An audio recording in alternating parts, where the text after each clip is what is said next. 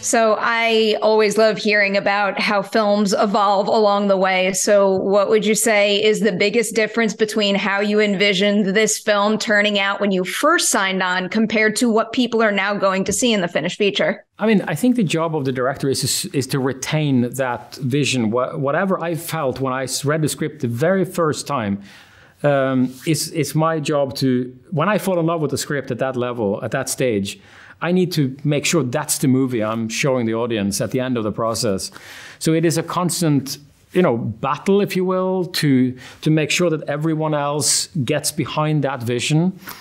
And to physically get it right. And I don't think it's many differences in the way that the movie works now compared to when we started the process. How about an instance where maybe like unexpected magic came up along the way, where somebody behind the scenes or maybe one of your actors brought something to the role, to a scene that you didn't expect, and you opted to embrace it and really run with it? Oh, absolutely. That happens all the time throughout. I mean, that's what gives the little nuance in the movie that we all want, and it's when the actors really embrace their characters and really are able to portray the moments emotionally and portray the relationships in some way that I can't, you can't possibly imagine until these two particular actors or the group of actors are standing there doing it. And that is the greatest joy for me as a filmmaker, is actually to watch that happen, because that's the part I cannot, in a way, it's not part of what I can control. It's the magic of performances. But also other stuff, like, the way the ship ends up becoming, the detailing of how the textures and the reality of the ship, and of course the design of Dracula. All these things are just vague ideas at the beginning of the process, and then to land it and make it really work on screen is yeah. Oh, I have so many follow-up questions now. I'll go straight to the design of Dracula first, and I'll go back to the idea of things evolving. Did your goals for what you wanted your Dracula to look like change much from like design draft one to what we see in the finished film? No, not much. I mean, it was always meant to be this kind of demon at the end of the movie.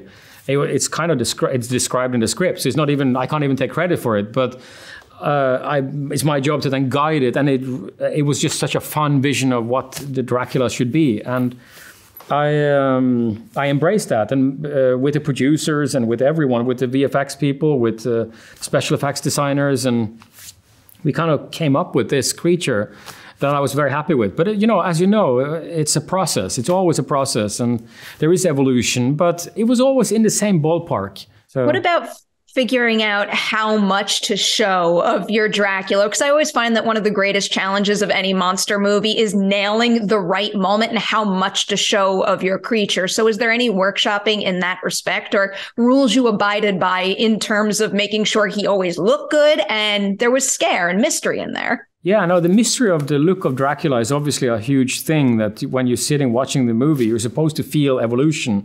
I'm very much about working with the dramatic effect of discovery, and therefore the creature which you are discovering in this movie, the evolution of the creature is the biggest one. So in the beginning, you need to kind of keep him in the shadow. I mean, you kind of need to keep him in the shadows, and as he evolves, as the creature evolves, you can bring him more and more out. It's you gotta just go by a gut feeling, but at the same time, you're also breaking down the script.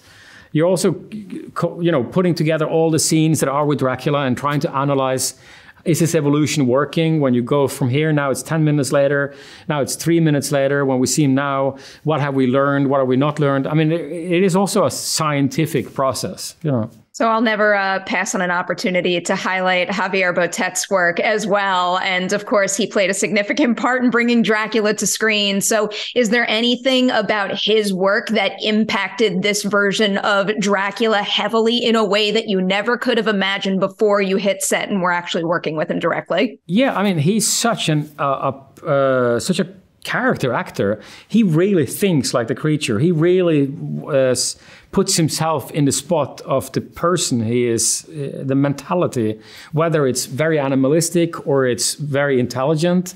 He's able to portray all these things, and he has just a body language that is so unique that you can't really predict, and he could come up with suggestions for how to portray this moment or that moment, in just the details of how he uses his fingers or how he moves his body. It's just kind of all these things are, you know, even though you've seen him do things before, and I've worked with him before, he always surprises you. He's one of the best of the best. Every time I see his name on a project, I immediately pin that one, and I'm going to see it no matter what. I did want to ask you a little bit about emphasizing the importance of capturing as much as possible in camera. Can you maybe give us an example of something that most productions out there would use visual effects to finish, but you and the team prioritized capturing that in camera on set instead? I mean, a lot of the, we wanted, you know, I mean, the environment, we wanted the ship to be a real place, first of all, to start with that. It's, so we had to build the whole ship as one big piece so we could live on it, so the actors could get used to it. So it never, you know, it's not broken into pieces. It's the full set, and that was very important. Of course, Dracula, you have to do the same. In large scenes, we always had Javier Botet, you know, there to portray how Dracula would behave in every scene. And even though there is augmentation later, like there practically always is today, it's always him. You know, it's always his performance that is there. So I don't know. I mean, I don't know how everyone else does it, but I'm very much in favor of how Guillermo del Toro thinks that you have to create your creatures physically on set. I mean, it was awe-inspiring to learn about how he thinks and how he works when we did Scary Stories. Bringing up Guillermo, it is making me remember the fact that he was originally signed on to direct this film, and he recommended you to fill that role. So it was making me wonder, did you ever collaborate with him throughout this process, run scenes or ideas by him and get some feedback? No, I mean, I got the script also through Brad Fisher, the main producer on the movie. And I worked, you know, I didn't actually get to work with Guillermo on this particular thing, but it was, but it was, he's such a presence in my life, and the way he thinks, and to learn from the way he was thinking definitely impacted the way I've seen this movie. I'll always gravitate towards the films he's involved in, and also the filmmaking family he seems to create around him. It's a very special group of people, you included. Yeah, no, I've been so lucky to be able to be in his presence. I wanted to go back to the effects, and admittedly, this might be more of a question for the VFX team, but it was something I was especially impressed by in this movie that usually takes me out of a lot of films. It's the idea of capturing things in camera, but using a digital backdrop and still making it feel real. Is there anything you were able to do in that respect on this set that has these incredible results that I feel like should kind of be used as a model for more films out there using those techniques? No, I think, you know, I'm really happy you observed the film that way. We worked so hard to make sure that we're in a world that actually works for the actors, that work for the camera.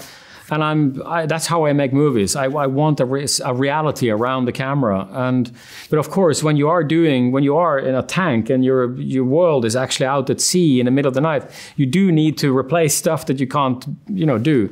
So to blend that is a huge number. It is. It's a big job. Job well done in that respect. I'll wrap with this one. It's a repeat question I've asked you in the past, but I am obsessed with The Long Walk, and I have a whole lot of faith in a James Vanderbilt penned script of that. So dare I ask, is there any update, or are you still even attached to direct that, I guess? I'm unfortunately not, but it's one of the big regrets in my life is not to have made that movie. I wanted to see your version of that movie with Jamie. I'm bummed to hear it, but I know there's going to be lots of wonderful things on the horizon for you. Thank you.